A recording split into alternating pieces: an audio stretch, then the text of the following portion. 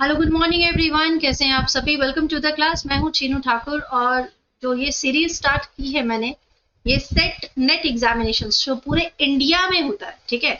Net examination जो आपका central तौर पे होता है और सेट एग्जामिनेशन जो हर एक स्टेट करवाता है, मोस्टली स्टेट करवाता है। फिलहाल जो फॉर्म निकले हुए थे, आज 29 है, तो 31 लास्ट डेट है आपकी वेस्ट बंगाल सेट एग्जामिनेशन की। अगर आपने फॉर्म फिलअप नहीं किया है तो जल्दी से जाके भर दीजिए।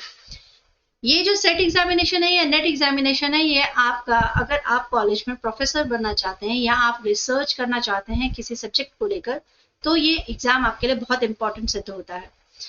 अब यहाँ पर नेट पेपर और सेट पेपर में दो एग्जाम होते हैं, पेपर 1, पेपर 2। पेपर 1 जो है जर्नल पेपर है, जो पूरे भारत में सभी के लिए कॉमन है, ठीक है। और पेपर 2 में अलग अलग सब्जेक्ट्स है जो आपकी चॉइस के हिसाब से होते हैं। तो मैं आपके साथ यहाँ पेपर 1 डिस्कस कर रही हूँ, और ये पेपर जो सीरीज है ये सिर्फ आपकी सेट एग्जामिनेशन या नेट में ही काम नहीं आएगी। इसमें मैं 10 यूनिट डिस्कस करूंगी आपके साथ by one with the questions, ठीक है। जितने इंपॉर्टेंट क्वेश्चंस हो चुके हैं पीवाईक्यू, उन सबके साथ डिस्कस करूंगी। आपके लिए कैसे हेल्पफुल है, अगर आप बैंकिंग दे रहे हैं तो इसमें डीआई की हम लोग डिस्कस करने वाले हैं, रीजनिंग भी डिस्कस करेंगे, आपका लॉजिकल रीजनिंग होगा, पूरा सिलोजिज्म हम लोग पढ़ेंगे, हर एक चीज कवर करने वाली हूँ मैं ये सारी क्लासेस में। तो यदि आप लोगों ने क्लासेस को लाइक नहीं किया है तो लाइक बटन दबा दीजिएगा। हम बढ़ते हैं आगे, और जो भी आपकी क्वेरी होगी कमेंट सेक्शन में जरूर कीजिएगा। मैं आपके साथ आपके हर एक रिप्लाई पे ध्यान दूंगी, ठीक है। चलिए स्टार्ट करते हैं आज की क्लास। और आज की क्लास मेरी क्वेश्चन नंबर 10 से स्टार्ट हो रही है, क्योंकि ऑलरेडी क्वेश्चन नंबर 1 to 9 मैं अपनी प्रीवियस जो सेट 1 सेट 2 था उसमें डिस्कस कर चुकी हूँ।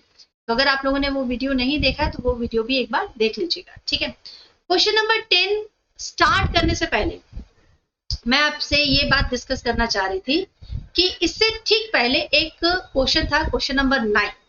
यहाँ पर था match the following. Match the following में हम लोगों ने कोलैबोरेटिव लर्निंग समझा क्या था, ज्यूरिस्प्रूडेंशियल इंक्वायरी क्या थी, इंस्ट्रक्शनल ऑब्जेक्टिव क्या था, और उसके बाद हम पहुंचे थे असेसमेंट फॉर लर्निंग। अब ये असेसमेंट फॉर लर्निंग जो होता है, इससे रिलेटेड क्वेश्चन हमेशा बनता है आपका, ठीक है।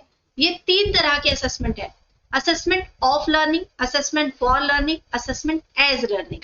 ये हमेशा आपका क्वेश्चन का पार्ट होता ही होता है। असेसमेंट ऑफ लर्निंग यानी कि लर्निंग का आंकलन, यानी आपने जो भी सीखा है उसका आंकलन करना, उसका देखना कि कितना सीखा है आपने। तो ये एक तरह से समेटिव एवोल्यूशन होता है। अब इस बात को भी समझ लेना कि एवोल्यूशन के टाइप्स भी मैं इसी क्वेश्चन में आपके साथ डिस्कस कर रही हूँ, ठीक है। एवोल्यूशन टाइप्स, कई बार ये क्वेश्चन आता है आपका, कितने तरह के मोस्टली जो क्वेश्चन में आते हैं, समेटिव आता है, फॉर्मेटिव आता है और डायग्नोस्टिक आता है, ठीक है। बट यहाँ पर क्या है समझिए, यहाँ पर समेटिव और फॉर्मेटिव की कहाँ कहाँ बात हो रही है। Assessment of learning summative evolution का हिस्सा है। समेटिव एवोल्यूशन आप जो भी कोर्स करवा रहे हैं, जो भी पढ़ाई कर रहे हैं, उसके एकदम लास्ट में जो टेस्ट होता है, जो फाइनल एग्जाम्स होते हैं, वो समेटिव एवोल्यूशन कहलाते हैं।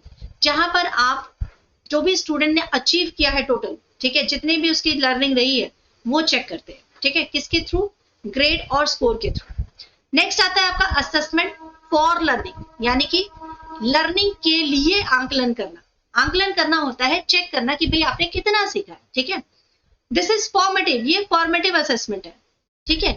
ये असेसमेंट किया जाता है देखने के लिए कि भाई आपको चैप्टर समझ में आया कि नहीं आया। आपको अगर मैं कोई इंस्ट्रक्शन दे रही हूँ तो वो आपके समझ में आ रहा है कि नहीं आ रहा, तो वो ये आ जाएगा असेसमेंट फॉर लर्निंग में। तीसरा आता है असेसमेंट एज लर्निंग।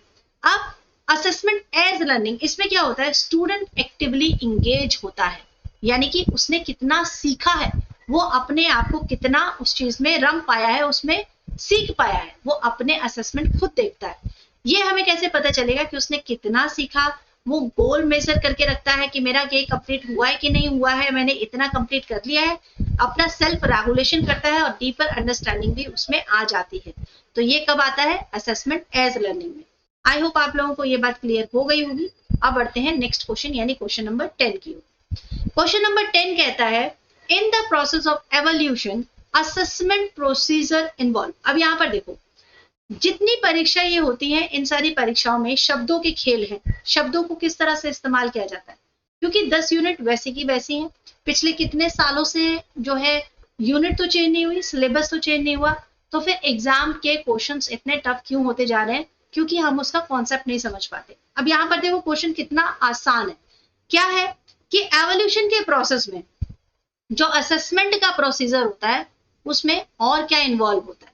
क्या उसमें मेजरमेंट एंड नॉन मेजरमेंट दोनों इस्तेमाल आती है? क्या उसमें मेजरमेंट और नॉन मेजरमेंट ये इस्तेमाल आता है? देखो इन शब्दों का फेर समझना, एंड और दोनों, neither measurement nor non measurement. अब मेजरमेंट और नॉन मेजरमेंट सिंपल शब्दों में आपको बताऊं मैं आपको क्या होता है। मेजरमेंट का मतलब क्या होता है? जिसको आप नाप सकते हैं, यानी आपकी क्वांटिटी की बात हो रही है, क्वांट्स की बात हो रही है।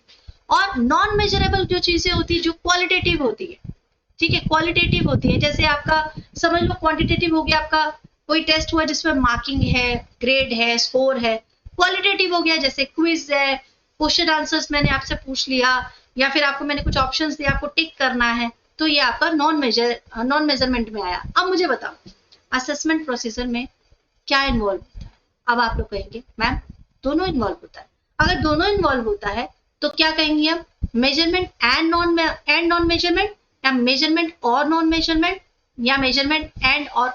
तो आंसर क्या हो जाएगा? मेजरमेंट एंड नॉन मेजरमेंट दोनों ही इस्तेमाल होता है। ठीक है, ये है शब्दों का फेर। और हमारे जो एग्जामिनर हैं दे आर वेरी शार्प, बहुत दुनिया घूमी है उन्होंने, तो वो क्वेश्चन जब बनाएंगे तो क्वेश्चन का लेवल ऐसा ही रहने वाला है। आप चाहे सेट दें चाहे नेट दें, आपका कॉन्सेप्ट क्लियर होना चाहिए। और मेरा मोटिव भी यही है कि आप अपने सारे क्वेश्चंस को कॉन्सेप्ट के साथ समझें। क्वेश्चन नंबर 11 क्या कहता है? In any research involving human participants maintaining the confidentiality of data is. अब पहले क्वेश्चन को अच्छे से समझना है, एक बार और पढ़ो।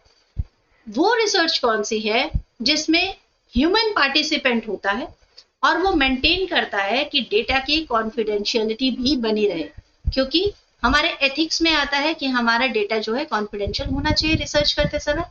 अब यहाँ ह्यूमन पार्टिसिपेंट का मतलब क्या होता है? जहां मनुष्य पार्टिसिपेट कर रहा है उस कल्चर के बीच में।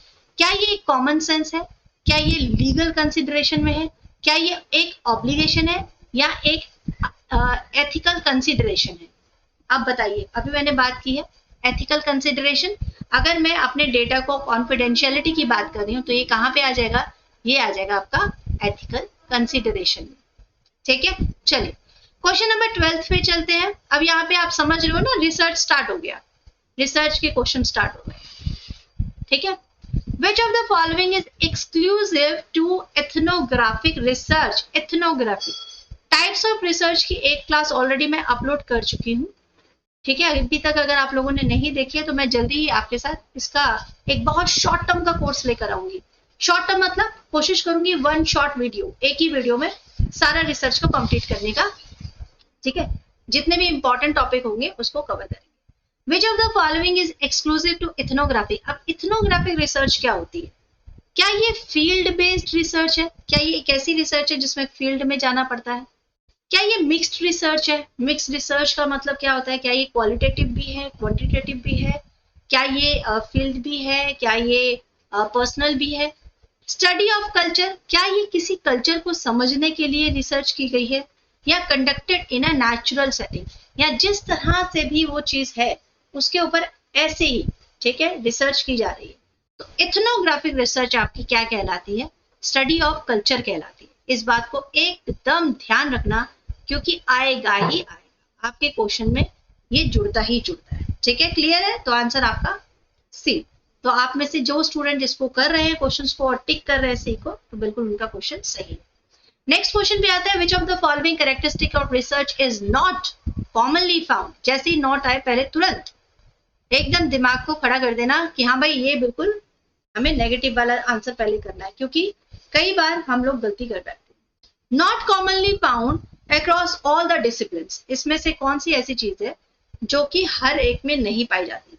अब प्रिसाइजन क्या होता है? ऑब्जेक्टिविटी किसे कहते हैं? वेरिफिएबिलिटी क्या है? इम्पार्शियलिटी क्या है?